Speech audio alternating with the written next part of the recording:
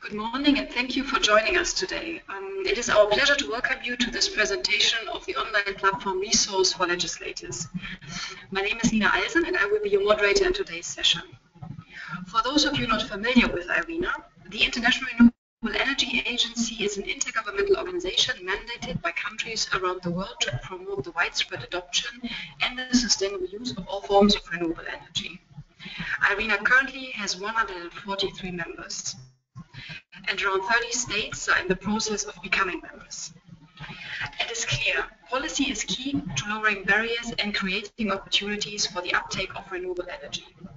In many countries, parliamentarians play a significant role in the decision-making process that shapes both energy and related policies.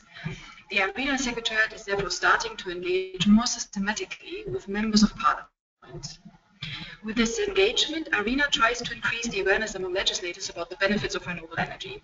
We are doing this by disseminating accurate, relevant, and up-to-date information on renewable energy. With this, the agency hopes to support legislators in their efforts to introduce an increased share of renewable energy in their countries.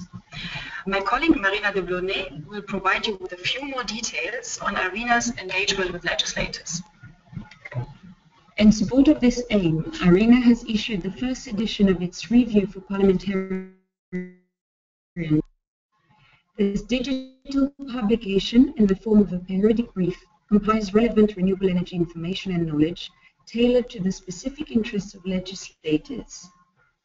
Every issue will place a focus on a particular theme and will feature a discussion on policy, costs, or the wider benefits of renewable energy.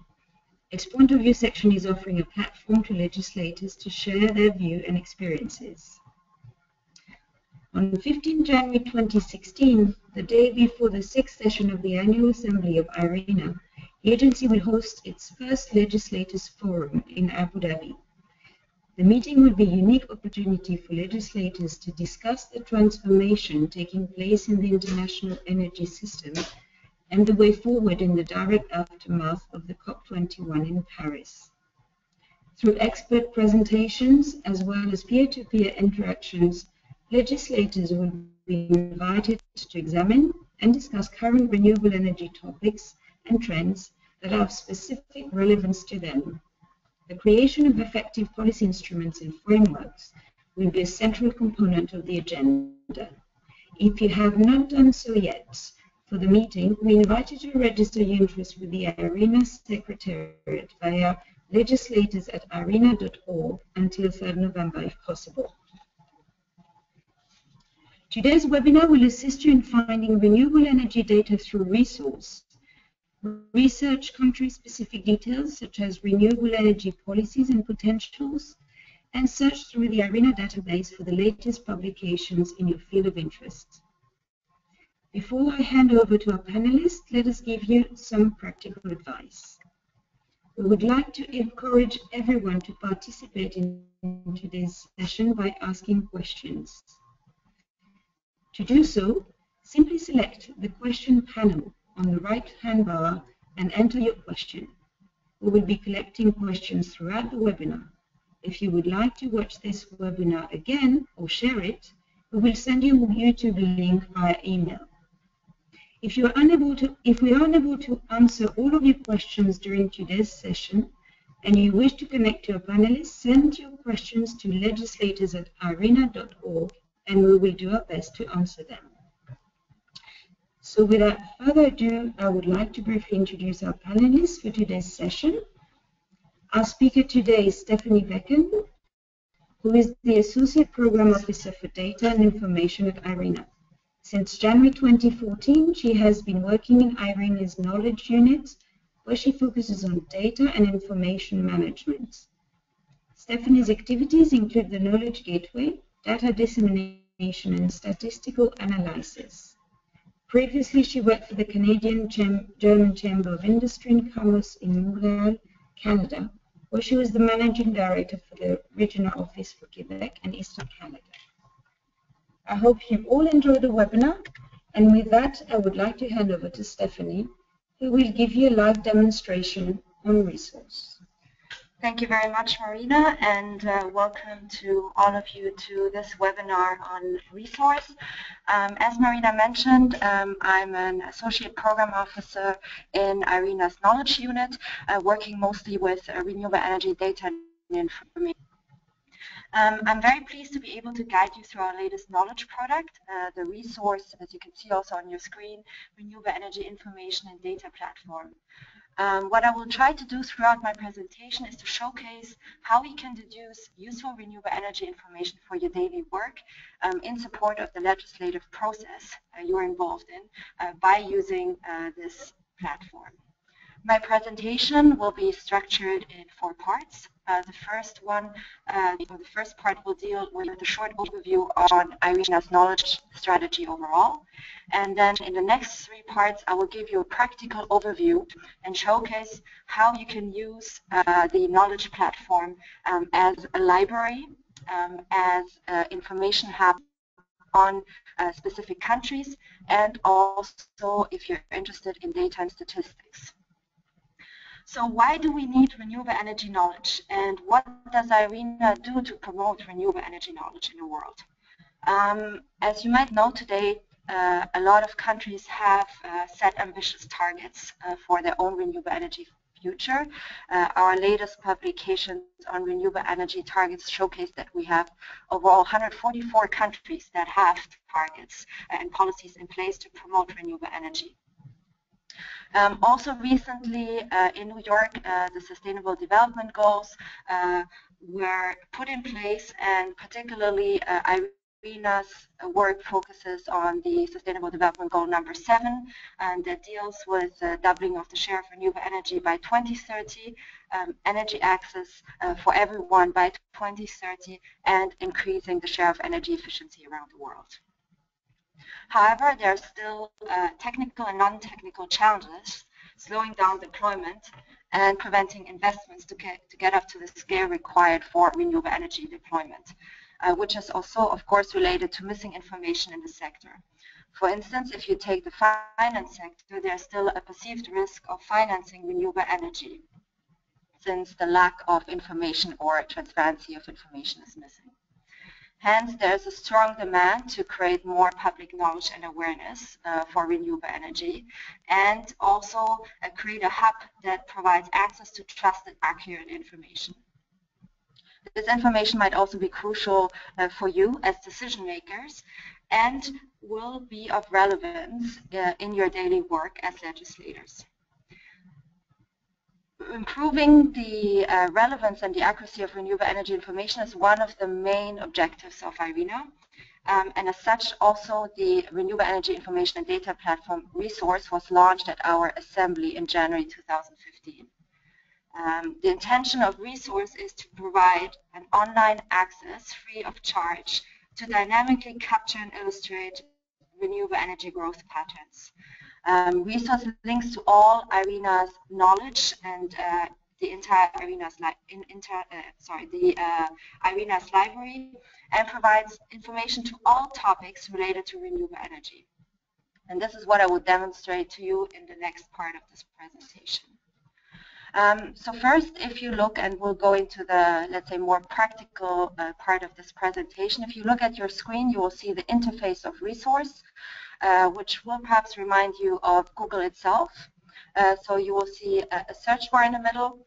You will have a section on data and statistics that will lead you directly to the statistical portal of Irene.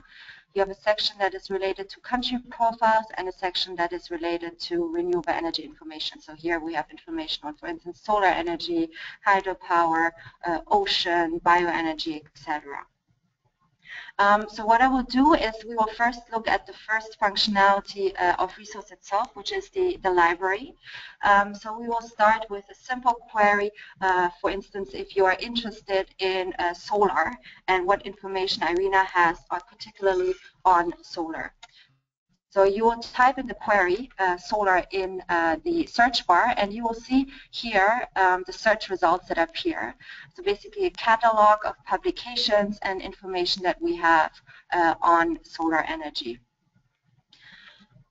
I will guide you through the page a little bit further, so you can then narrow down your search. On the left side, you have the different filters, so you can filter down by results that include, for instance, publications on solar and wind energy, but you can also see that we have the most information on solar energy on the US, Germany, India, and China, and then you can also see the different initiatives and the sources where the information on solar energy is coming from. For instance, the Irene homepage, but then we also have a lot of other initiatives that have information on solar energy, such as the Renewable Energy Learning Partnership, IRELP, the IEA Irene Joint Policies and Measures database, which I will explain specifically in the next part of this presentation when we go to the country profile page. Also of interest here is that we have a lot of results for solar showing up in one of our other initiatives, which is the Global Atlas for Renewable Energy, which is basically a resource mapping tool on the different renewable energy technologies available. So we will also see that in the country profile that I will show you momentarily, that we have maps that specifically showcase the potential for solar irradiation in a given country, for instance.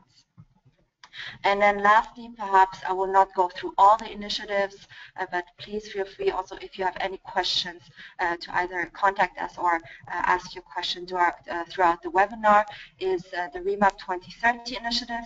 I mentioned in the introduction the Sustainable Development Goals number 7, and that relates directly to one of the main work that Irene is doing and trying to map the energy sector and the potential of renewable energy by 2030. One other topic that Irene is currently doing a lot of research in is basically a related technology to renewable energy, such as storage.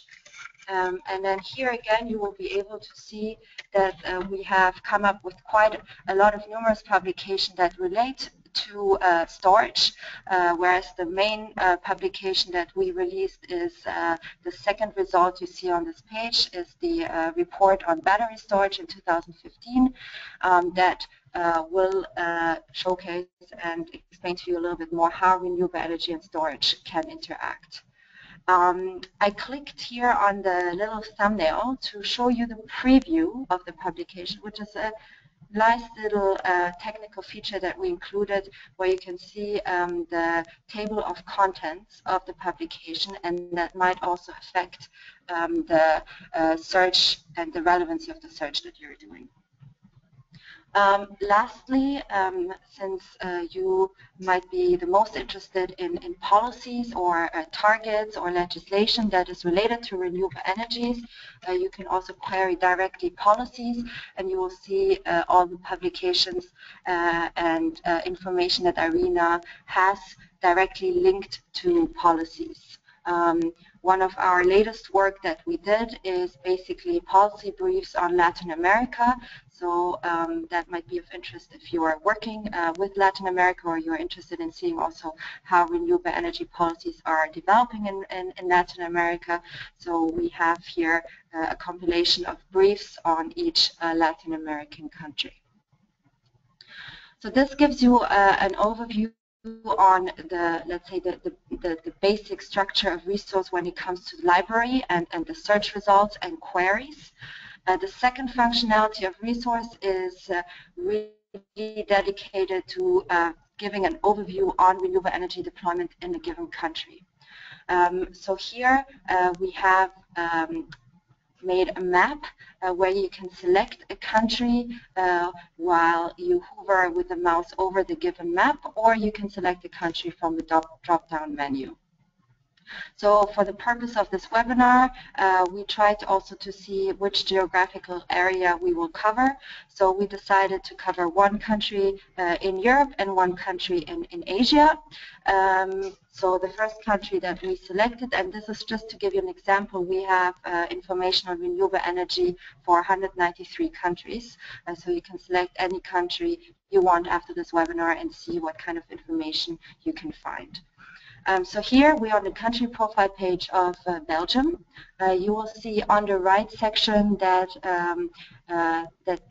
we compiled information on renewable energy that is related to Belgium itself. So, for instance, that a 250 megawatt biomass power plant is basically under construction and will begin operation in 2016, and further news. We also have a section on events, so major renewable energy events that will take place in Belgium. On the core of the page, you will see a main graph that is related to installed renewable energy capacity and the growth of renewable energy deployment over time, which should allow also users to give to have a first impression of how renewable energy and how the sector looks like in the given or selected country. If you hover the mouse over the given bars, you will see that mainly solar with almost 3 gigawatt installed in 2013 is a main driver in Belgium, followed by other renewable energy sectors such as hydropower, wind power, and bioenergy. In the country profile page, we also tried to basically synthesize the information by topic. I mentioned before one of Irene's initiatives, the Global Atlas, which basically does a resource mapping of renewable energy technologies, which you will be able to find in the Resource Assessment tab. Then we also have information on generally the energy sector and capacity for Belgium. And here you will see country profiles that will also include Belgium in the European Union. You can also see what kind of policies Belgium has put in place for the different technologies. So first the publications, but then as you might have seen already in the library, we have a joint policies and measures database that we co-host with the International Energy Agency in Paris, where we track all the policies and measures of all renewable energies worldwide in a database. So here you will see directly the results of the incentive programs and policies that Belgium has put in place for renewable energy.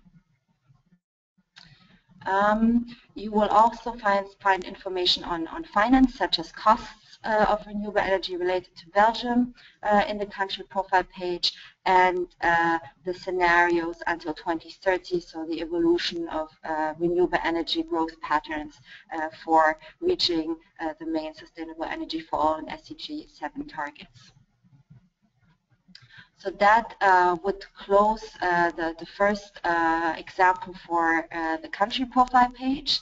The second example we wanted to show you is the case of Pakistan, and then here again a similar structure to the country profile page that we just saw.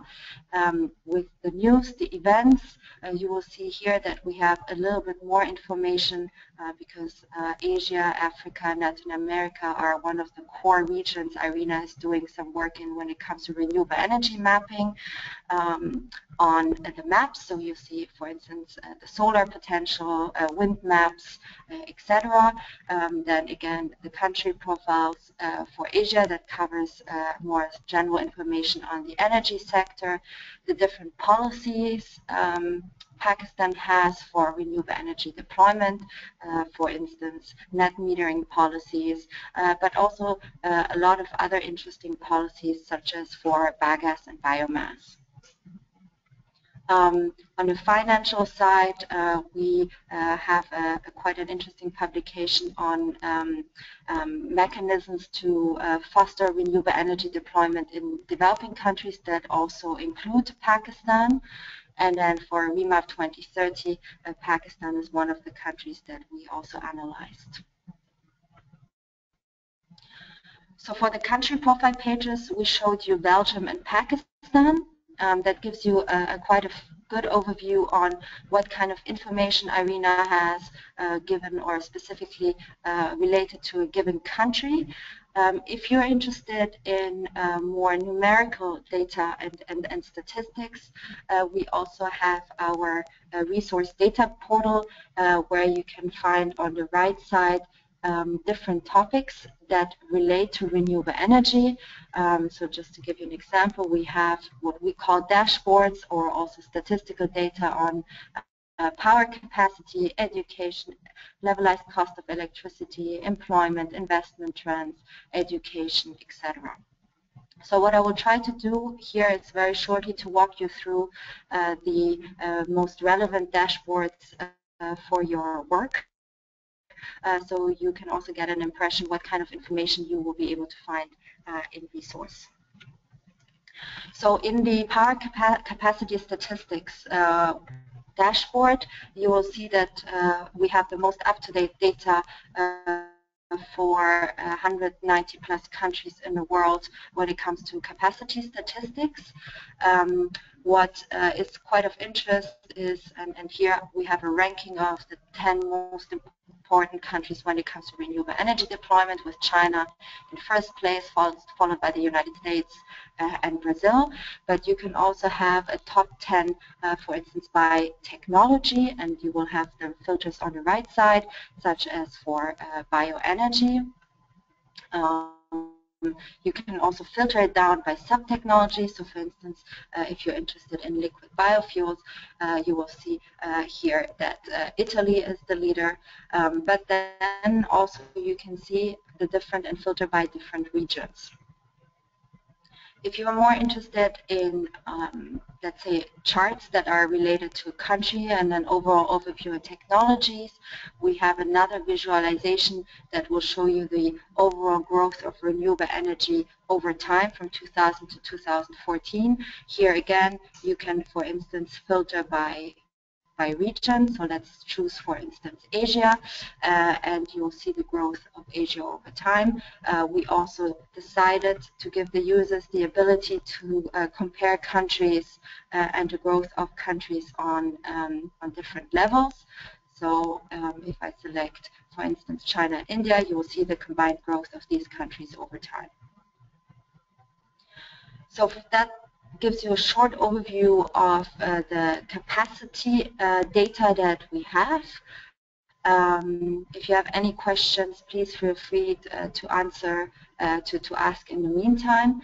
The next dashboard, or the next data section that we wanted to show you is related to financial information in renewable energy. I mentioned before that the financial sector, and especially investments in renewable energy, are considered still quite low when you see the targets that have been set until 2030. So currently, and that the chart in front of you also shows we are at $270 billion in 2014. Most of this investment is in solar energy, followed by wind energy. We are currently working on mapping investments needed until 2030, but I can also already give you a little preview that the numbers that we expect are 2 times, 3 times higher than what we currently have with the $270 billion. One of the main progress renewable energy has undertaken over time is the reduction in levelized cost of electricity, also compared to fossil fuel technologies. So this dashboard in front of you shows you the comparison of levelized cost of electricity for solar PV across the different regions. You will see that Asia ranks probably as the lowest market for LCOE when it comes to solar and PV, followed by other countries such as North America, South America, Middle East, and then Europe. You can also compare different regions and how the technology cost plays in different regions.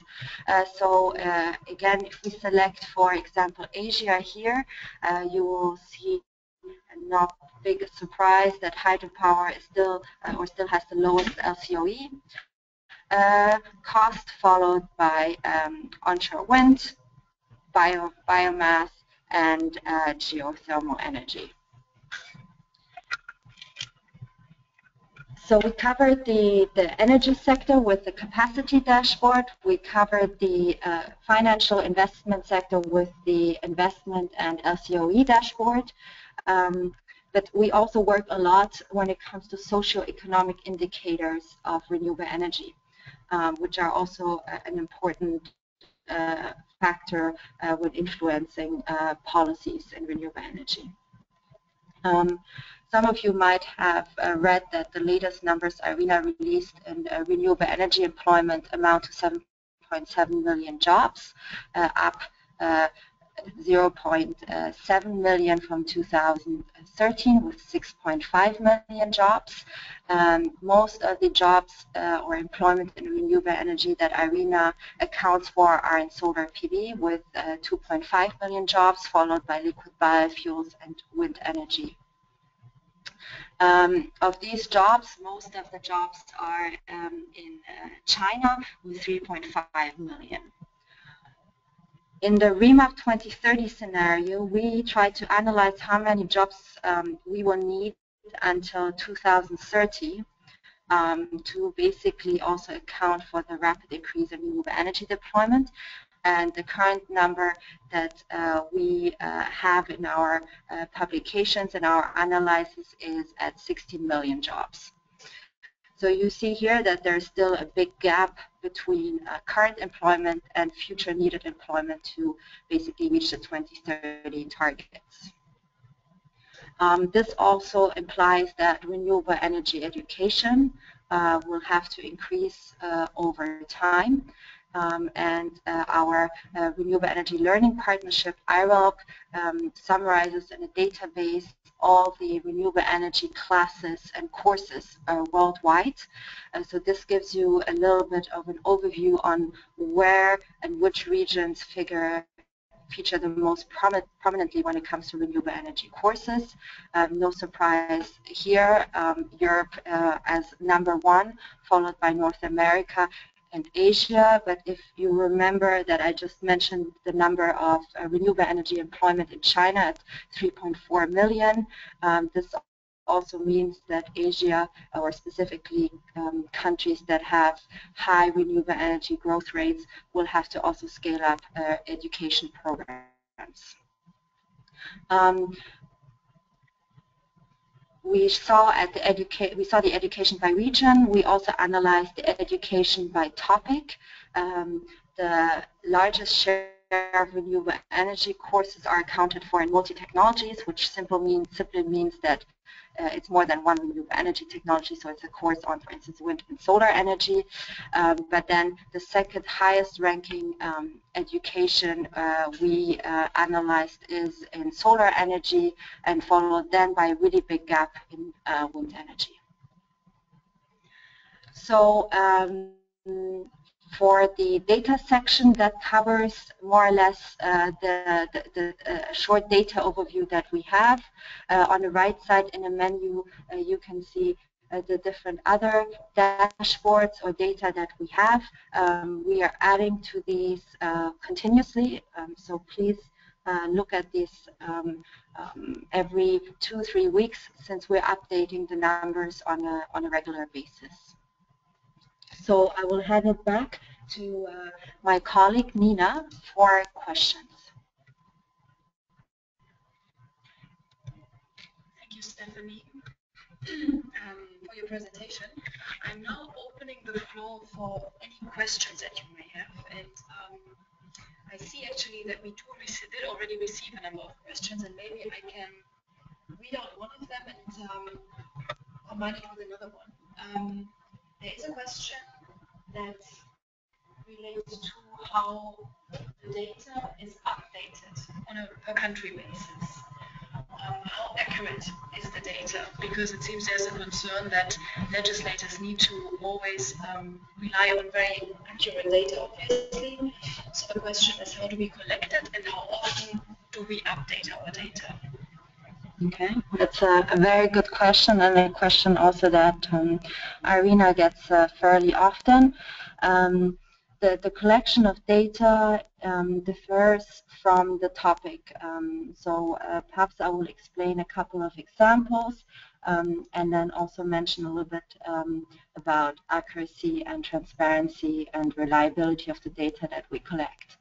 For energy data, so for renewable energy capacity data, for instance, we have our statistical questionnaire that is sent out yearly to our member states, to the relevant ministries. So, for instance, ministries of energies or ministries of statistics. And basically, the questionnaires are then filled out and sent back to us, and in a continuous dialogue with member states, we update these numbers. However, in energy statistics, as you might know, we always have a gap year of 1 year in official statistical data, because governments report with one to 1.5 years of a backlog. That means we rely on informal data, which is data that we receive from industry associations, for instance, but also on the project level. So, for instance, what kind of bigger project or plans were built in the last year. So we track these continuously. So that's for the energy data. For data that is related to investment and costing, we rely heavily on what we call our Costing Alliance, which is a partnership between different private industrial stakeholders that provide us confidential information on a project level on the different costs, which we then aggregate to a country level or a regional level or a technology level to give a, let's say, a good overview on the levelized cost of electricity of a given technology in a given country. Other data that we collect, for instance, on employment or on education, are mostly done in partnership with different stakeholders, for instance, with governments, with industry associations, as I mentioned earlier, but also with different research institutes when it comes to accounting for education. The second part of the question, so the question when it comes to the accuracy and the reliability of the data and information that we have, is a very good question. I believe that everyone who works in data will know that data is always very difficult because to have accurate and up-to-time data or up-to-date data is always a challenge. What we try to do, and this is also why we work heavily with our member states, is for historical data to go back and really communicate with the governments and the members that we have to ensure that the data is as accurate and reliable as possible, which then also ensures a baseline for the future data sets that we have. For example, for capacity data, we will basically, with industry associations, determine a number of, like a megawatt or a gigawatt capacity increase for 2015, beginning of next year, that then will be confirmed up by the government end of 2015. Thank you, Stephanie. Just, I think there's a follow-up question. I think that fits very well with this. I think you mentioned governments, industry, and research institutions that provide us with data. What about our collaboration with other international organizations, for example, the IEA? Can you say a few words about that? Sure, with pleasure. So Irene also works with other international organizations to compile data sets. So we all have amongst each other the most accurate data sets possible. For example, we collaborate with the IEA on the policies and measures database that I just mentioned and showed before, but we also collaborate with the IEA on energy statistics and exchange regularly on renewable energy statistics that we collect at Irene and IEA collects itself. We also work a lot with regional associations. I can mention perhaps two, in Latin America, OLADE, and in Asia also APEC, that collect themselves information from their member countries when it comes to renewable energy statistics. And then there's another question. Can we search for historic and projected growth of rooftop solar by country, updated with the respective legislation? Okay. And resource. Okay. So yes and no. So basically, you can you can search for historical solar PV data. We don't make a distinctions between rooftop and utility, unfortunately, yet, although in the questionnaires that we send to our member states, we make the differentiation. So that's something that we're working on in the future. And when it comes to policies that are in place, we have on the specifically our IEN policies measures database website, also the different chronological history in time of the different policies and when they took place. So I would invite you to visit the website. And then there's another question that came in that pertains not so much to resource, but the question was for us to repeat again how to register for the in January 2016. Sorry.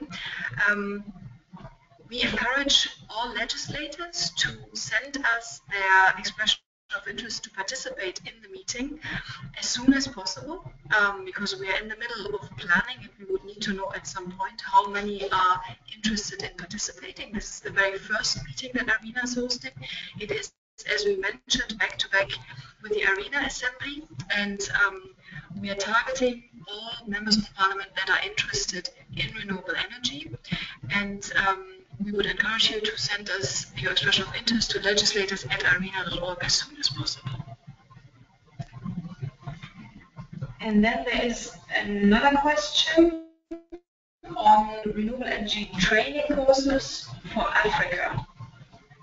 And so, okay. So perhaps because the question, sorry, Omar, is not quite clear to us regarding training and data, but I will try to give you a short overview on the activities we do in capacity building on statistics, but on also other sectors in renewable energy in Africa. So we have in Africa a couple of initiatives, and Africa is definitely one of our regional focus areas at IRENA. First, we have what we call the Renewable Readiness Assessment, which is basically in consultation with governments. We provide potential avenues for increased renewable energy deployment over time. So as the title already says, it's really a readiness assessment for renewable energy, and we covered countries that are quite advanced, such as Tanzania, but also countries that really require still a lot of information and data on renewable energy, such as Djibouti. We also provide a lot of different workshops on capacity building that are related, for instance, to statistics, but also related to assessing resource potential, so solar radiation, wind speed, etc.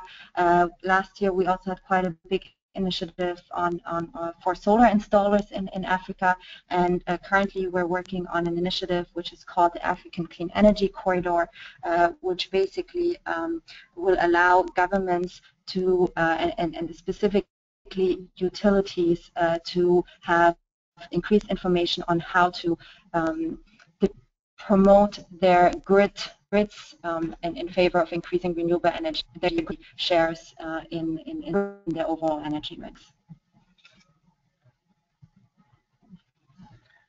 If there are no other questions, I think we had quite a few questions now, but if there are no questions,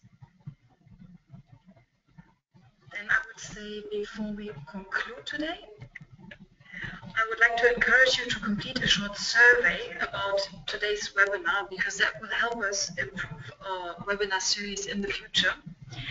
You will now see 3 questions popping up on your screen, and you will simply need to select your choice of answer. So we would be very grateful if you could participate in this poll.